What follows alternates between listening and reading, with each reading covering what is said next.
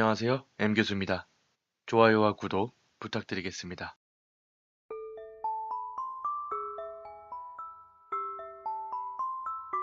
아무것도 필요 없어. 내가 초등학교 6학년, 동생이 초등학교 5학년 무렵의 일이다. 어느 날, 나는 친구 A, B와 함께 빈집에 놀러가고 있었다.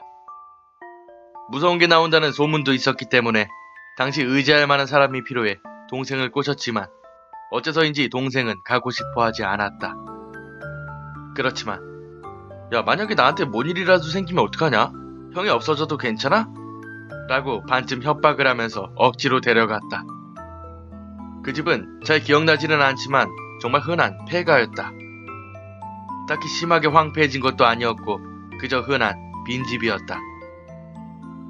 안녕하세요! 라고 소리를 지르며 A와 B가 현관에 발을 들여놓았고 그 뒤를 따라 나와 동생이 들어갔다. 안쪽에 계단이 보였을 때 갑자기 안 돼! 라고 소리치며 동생이 내 옷을 잡아 끌었다. 왜? 라며 뒤를 돌아본 순간 쾅 하고 큰 진동이 다리에 느껴졌다. 나는 너무나도 놀랐고 온몸을 바늘로 찔린 듯한 공포에 습격당했다. 곧이어 한 번 더 와장창 큰 소리가 났다. 나는 돌아볼 틈도 없이 동생에게 현관에서 밀려나왔다. 공포로 몸이 경직되어서 나는 그만 문에서 주저앉고 말았다. 그리고 동생이 B의 팔을 잡고 현관으로부터 끌어내는 것이 보였다. 아마 나는 거기서 정신을 잃었던 것 같다. 정신이 들었을 때는 처음 보는 침대에 누워있었다. 근처에 병원이었다. 어머니는 지금까지 봤던 것 중 가장 환한 얼굴로 나를 혼내셨고 나는 울고 말았다. 그러자 아버지와 동생이 함께 방에 들어왔다. 나는 아버지에게 꽉 안겼고 동생은 어머니가 꼭 안으셨다. 그날 밤 집에 돌아와서 나는 B가 죽고 A는 등에 큰 부상을 입었다는 것을 알게 되었다. 너무나도 무섭고 슬퍼서 어머니와 동생에게 매달려 몇 시간 동안 울었다. 무슨 일이 일어났던 것인지는 아무도 이야기해주지 않았다. 나도 무서워서 물어볼 수가 없었다. 일주일을 쉬고 학교에 가자 B는 사고로 죽었다는 말을 듣게 되었다. 나는 친구들에게 여러 가지 질문을 받았지만 그 빈집에 관한 이야기는 하면 안 된다고 다짐을 받았기 때문에 기억나지 않는다고 둘러댔다. 딱 한 번, 옆반이었던 B의 책상에 꽃이 놓여있던 것을 보았다.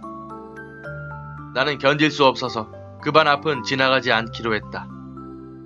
A는 동생과 같은 반이었지만 사고 이후 한 번도 학교에 나오지 않았고 결국 전학을 갔다.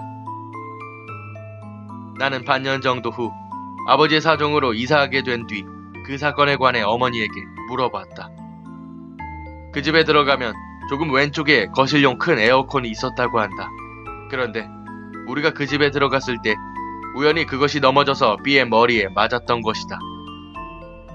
B는 그 자리에서 숨을 거뒀다고 한다. 게다가 에어컨이 떨어진 충격 때문에 거실의 샹들리에가 A의 등에 떨어졌고 쇠 장식이 등에 박혀 34바늘이나 꿰맸다는 것이었다.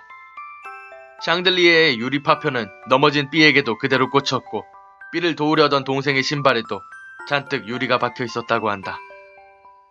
만약 그때 동생이 나를 잡아당기지 않았다면 죽었을 것이라는 생각이 너무나도 무서웠다. 그리고 나는 동생에게 생명의 은인이기 때문에 뭐든지 갖고 싶은 게 있다면 다 주겠다고 말했다. 그러자 동생은 웃으며 아무것도 필요 없어. 형이 안 없어져서 다행이야. 라고 말했다.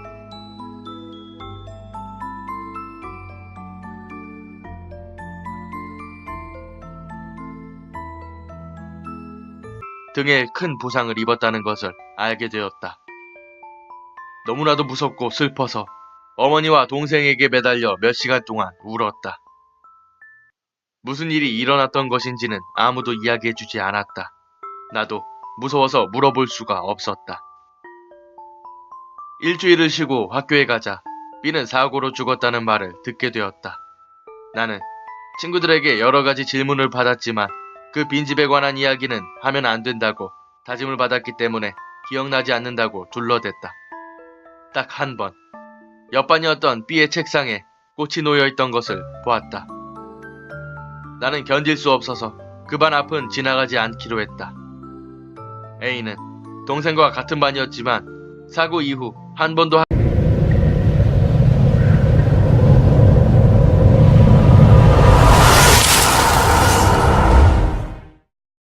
안녕하세요, M교수입니다. 좋아요와 구독 부탁드리겠습니다.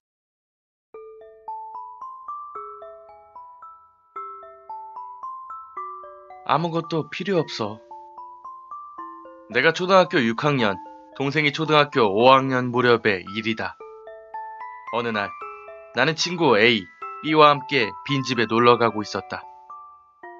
무서운 게 나온다는 소문도 있었기 때문에 당시 의지할 만한 사람이 필요해 동생을 꼬셨지만 어째서인지 동생은 가고 싶어 하지 않았다.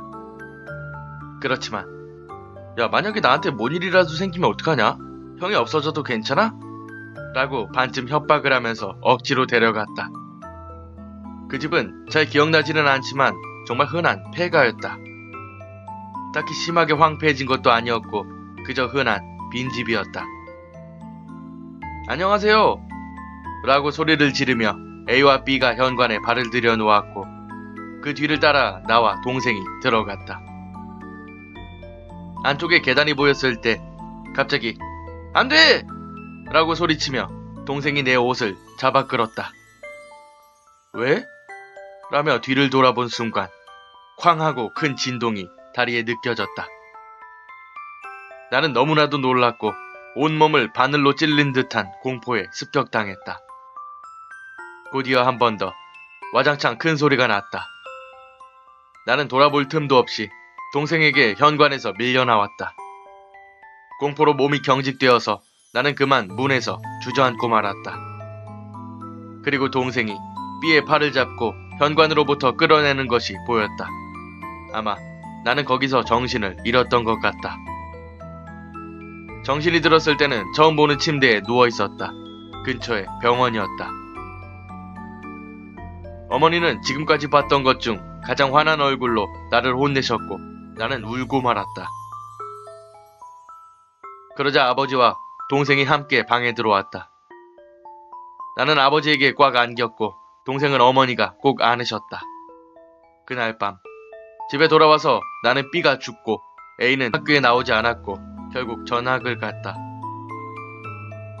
나는 반년 정도 후 아버지의 사정으로 이사하게 된 뒤 그 사건에 관해 어머니에게 물어봤다. 그 집에 들어가면 조금 왼쪽에 거실용 큰 에어컨이 있었다고 한다. 그런데 우리가 그 집에 들어갔을 때 우연히 그것이 넘어져서 B의 머리에 맞았던 것이다. B는 그 자리에서 숨을 거뒀다고 한다. 게다가 에어컨이 떨어진 충격 때문에 거실의 샹들리에가 A의 등에 떨어졌고 쇠 장식이 등에 박혀 34바늘이나 꿰맸다는 것이었다. 샹들리에의 유리 파편은 넘어진 B에게도 그대로 꽂혔고 B를 도우려던 동생의 신발에도 잔뜩 유리가 박혀 있었다고 한다. 만약 그때 동생이